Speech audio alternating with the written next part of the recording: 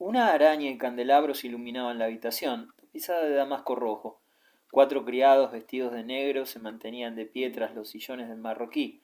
Ante este espectáculo, los convidados lanzaron exclamaciones, sobre todo el preceptor. Nuestro anfitrión, a fe mía, ha hecho verdaderas locuras. Es demasiado hermoso. Esto, dijo el vizconde de Sisí, vaya, pues, y desde la primera cucharada. Y bien, mi viejo Aenais ha estado en el Palais Royal a ver padre y portero. Sabes muy bien que no tengo tiempo, replicó el marqués. Sus mañanas estaban ocupadas por un curso de arboricultura, sus noches por el círculo agrícola y todas sus tardes por los estudios en las fábricas de instrumentos de labranza. Habitante de la Sontage, los 3 cuartos del año aprovechaba sus viajes a la capital para instruirse, y su sombrero de anchas alas, apoyado en una consola, estaba lleno de bordados. Pero Sissi, advirtiendo que el señor de la Fontgenbras rechazaba el vino, beba, pues, caramba, no está muy entonado para ser mi última comida de soltero. A estas palabras todos se inclinaron y lo felicitaron. Y la joven, dijo el preceptor, es encantadora, ¿verdad? A fe mía, exclamó Sissi. No importa, está equivocado, es tan tonto el casamiento. Hablas con ligereza, amigo mío, replicó el señor des Aluneis, mientras que una lágrima rodaba de sus ojos al recordar a su difunta. Y Forgenbrock repitió varias veces seguidas, riéndose suavemente, ya le llegará a usted, ya le llegará. Sisí protestó. Le gustaba más divertirse, ser de la regencia. Quería aprender la conducta necesaria para visitar los sitios de mala fama de la Cité, como el príncipe Rodolfo de los misterios de París. Sacó de su bolsillo una pipa muy corta, riñó a los criados, bebió mucho y con el fin de dar de él una buena impresión denigró todos los platos, devolvió hasta las trufas y el preceptor que se deleitaba con ellas dijo por quedar bien, no valen tanto como los huevos a la nieve de su señora abuela. Luego se puso a conversar con su vecino el agrónomo, que encontraba en su vida de campo muchas ventajas, aunque no fuera más que poder educar a sus hijas en simples gustos. El preceptor aplaudía sus ideas y lo adulaba, suponiéndolo de influencia sobre su alumno, pues deseaba secretamente ser su apoderado. Frederick había ido mal dispuesto contra Sissi, su estupidez lo había desarmado, pero sus gestos, su rostro, toda su persona le recordaba la cena del café inglés, lo fastidiaban cada vez más, y escuchaba las observaciones descorteses que hacía a media voz el primo Joseph, un buen muchacho sin fortuna, amante de la casa y bolsista. Sissi por broma lo llamó varias veces ladrón. Luego de golpe, el varón. Entonces entró un gallardo joven de 30 años que tenía cierta rudeza en la fisonomía, agilidad en los miembros, el sombrero sobre la oreja y una flor en el ojal. Era el ideal del vizconde. Estaba encantado de traerlo como amigo y con su presencia lo excitaba e intentó hasta un juego de palabras, pues dijo mientras usaba un gallo de la Bruyère: aquí tenemos el mejor de los caracteres de la Bruyère. Enseguida dirigió al señor Comín una multitud de preguntas sobre personas desconocidas en la sociedad. Luego, como asaltado por una idea, dígame, ¿pensó en el mío? El otro se encogió de hombros. No tiene todavía la edad, mi pequeño. Imposible. Sissi le había pedido ser admitido en su club, pero el varón, teniendo sin duda piedad de su amor propio, me olvidaba. Mil felicitaciones por vuestra apuesta, querido. ¿Qué apuesta? Esa que hizo usted en las carreras, de ir esa misma noche a lo de aquella dama. Frederick sintió la sensación de un latigazo. Enseguida se sintió calmado por el rostro descompuesto de Sissi. En efecto, la mariscala al día siguiente había lamentado no recibirlo, pues Arnaud, su primer amante, su hombre, se había presentado ese mismo día. Los dos habían hecho comprender al vizconde que molestaba y lo habían plantado fuera con poca ceremonia. Tuvo la expresión de no comprender. El varón añadió: ¿qué ha sido de ella, esta buena Rose? ¿Tiene siempre tan lindas piernas?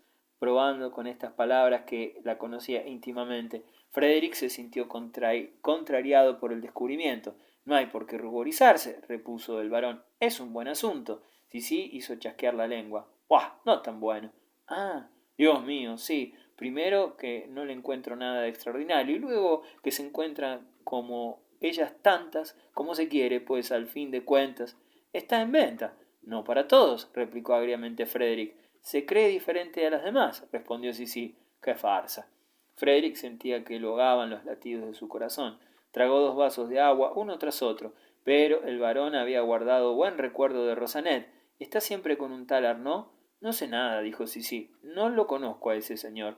Adelantó, sin embargo, que era una especie de estafador. Un momento, exclamó Frederick. Sin embargo, es cierto, hasta tiene un proceso. No es verdad. Frederick se puso a defender a Arnaud. Garantizaba su probidad. Terminaba por creer en ella, inventaba cifras, pruebas. El vizconde, lleno de rencor y además un poco ebrio, se empecinó en sus afirmaciones, aunque Frederick le dijo seriamente: ¿Es para ofenderme, señor?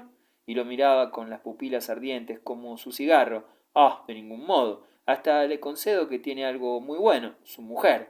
¿La conoce? Pardiez, Sofía Arnaud, todo el mundo lo sabe. ¿Cómo dice? Sí, que se había levantado y repitió balbuceando: todo el mundo lo sabe. Cállese, no son las de esa clase las que usted frecuenta. Me felicito. Frederick le arrojó su plato en la cara, pasó como un relámpago por encima de la mesa, tiró 2 botellas, hizo caer una compotera y, quebrándola contra el centro de mesa en 3 pedazos, golpeó el vientre del vizconde. Todos se levantaron para retenerlo. Se debatía gritando, presa de una especie de frenesí. El señor Orné repetía: «Cálmese. Veamos, querido muchacho». «Pero es espantoso», vociferaba el preceptor. Forgenbras, lívido como las ciruelas, temblaba. Joseph tenía estallidos de risa. Los criados secaban el vino, recogiendo los trozos caídos por el suelo, y el varón fue a cerrar la ventana, pues el alboroto, a pesar del ruido de los coches, podía ser escuchado desde el bulevar. Como todos, en el momento en que el plato había sido arrojado, hablaban a la vez, les fue imposible descubrir la razón de esta ofensa, si era a causa de Arnaud, de la señora Arnaud, de Rosanet o de algún otro.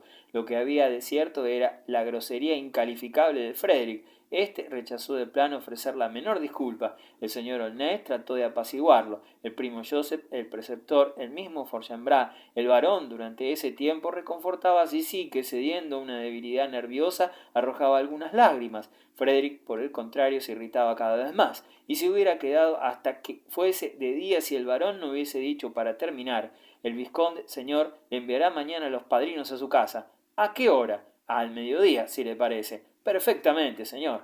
Frederick, una vez afuera, respiró a pleno pulmón. Desde hacía largo tiempo estaba entreteniendo su coraje, acababa por fin de satisfacerlo, experimentaba el orgullo de su virilidad, una superabundancia de fuerzas íntimas que lo embriagaba. Necesitaba 2 padrinos. El primero en quien pensó fue Regimbar, y se dirigió enseguida hacia un bar de la calle Saint-Denis. La persiana estaba cerrada, pero la luz brillaba tras el vidrio por encima de la puerta. Esta se abrió y entró encorvándose bajo la puertecita. Una vela en el borde del mostrador iluminaba la sala desierta. Todos los taburetes, patas para arriba, estaban puestos sobre las mesas. El patrón y la patrona con el mozo cenaban en un rincón cerca de la cocina, y Regimbar, el sombrero sobre la cabeza, compartía su comida y hasta incomodaba al mozo, que debía ponerse de costado a cada cucharada. Frederick, una vez que le contó la cosa brevemente, reclamó su ayuda. El ciudadano comenzó por no responder nada, giraba sus ojos, tenía un aire reflexivo. Dio varias vueltas por la sala y dijo finalmente: «Sí, de buena gana», y una sonrisa de homicida le quitó el ceño al enterarse de que el adversario era un noble. «Lo haremos marchar a tambor batiente, quédese tranquilo. Primero con la espada». «Pero puede ser», objetó Frederick, «que yo no tenga derecho».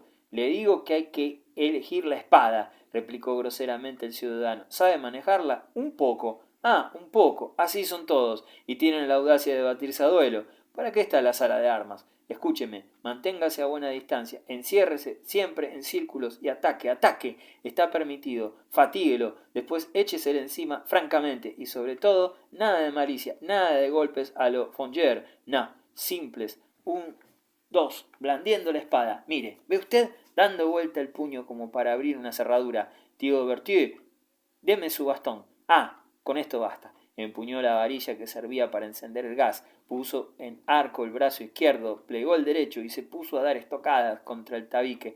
Golpeaba con el pie, se animaba, simulaba hallar obstáculos, siempre gritando: «¿Estás allí? ¿Estás allí?», y su silueta enorme se proyectaba sobre la pared, con su sombrero que parecía tocar el techo. El dueño del bar decía de tanto en tanto: «¡Bravo! ¡Muy bien!». Su esposa lo admiraba de igual modo, aunque muda, y Theodore, un viejo soldado, permanecía absorto, clavado en su sitio, siendo como era fanático del señor Regimbard.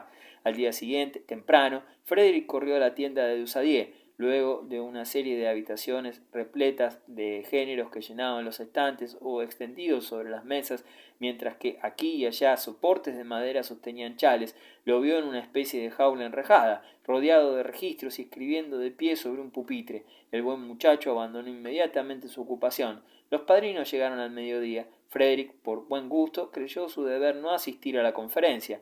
El barón y el señor Joseph declararon que se contentarían con las más simples excusas, pero Regimbard, que tenía como principio no ceder jamás y que se empeñaba en defender el honor de Arnaud, Frederick no le había hablado de otra cosa, pidió que fuese el vizconde quien presentara sus disculpas. El señor Comines se sintió sublevado por la audacia. El ciudadano no quiso ceder. Siendo imposible toda reconciliación, se batirían.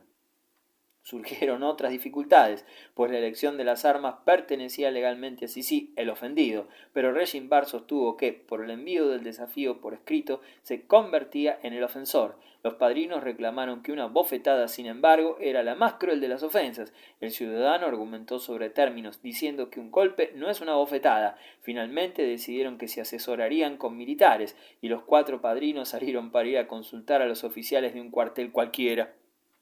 Se detuvieron en el Quai d'Orsay.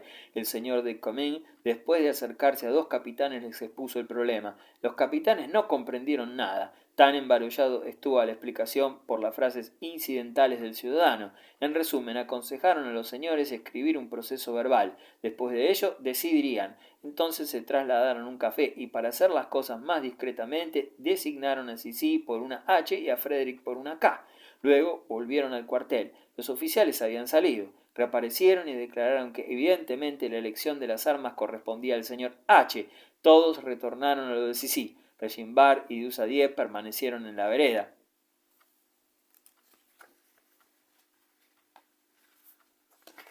El vizconde, al conocer la resolución, se sintió invadido por tan grande turbación que se le hizo repetir varias veces, y cuando el señor Comines llegó a las pretensiones de Regimbard, murmuró sin embargo, no estando lejos de su ánimo obedecer. Luego se dejó caer en un sillón y declaró que no se batiría.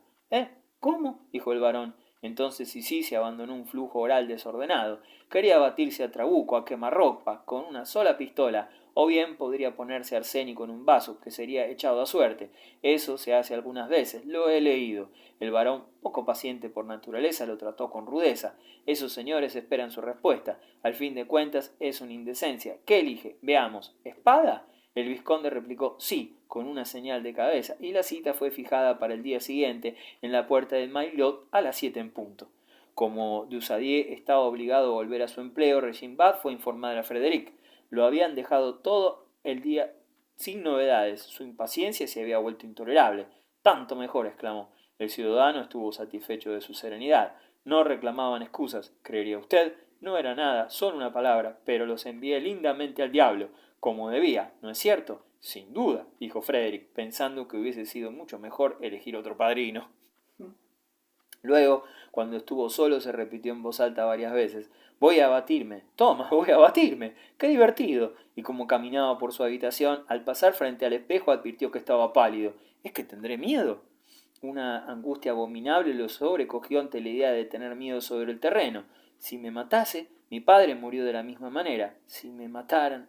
Y de pronto vio a su madre vestida de negro. Imágenes incoherentes se desarrollaban en su cabeza. Su propia cobardía lo exasperó. Lo atacó un paroxismo de bravura, una sed carnicera. Un batallón no lo hubiera hecho retroceder. Calmada esta fiebre, se sintió con alegría inquebrantable. Para distraerse fue a la ópera, donde daban un ballet. Escuchó la música, miró con los gemelos a las bailarinas y bebió un vaso de ponche durante el entreacto, pero al volver a su casa la vista del gabinete, de sus muebles, donde se encontraba tal vez por última vez, lo debilitó. Bajó al jardín. Brillaban las estrellas, las contempló. La idea de batirse por una mujer lo engrandecía sus ojos, lo ennoblecía. Luego se fue a acostar tranquilamente.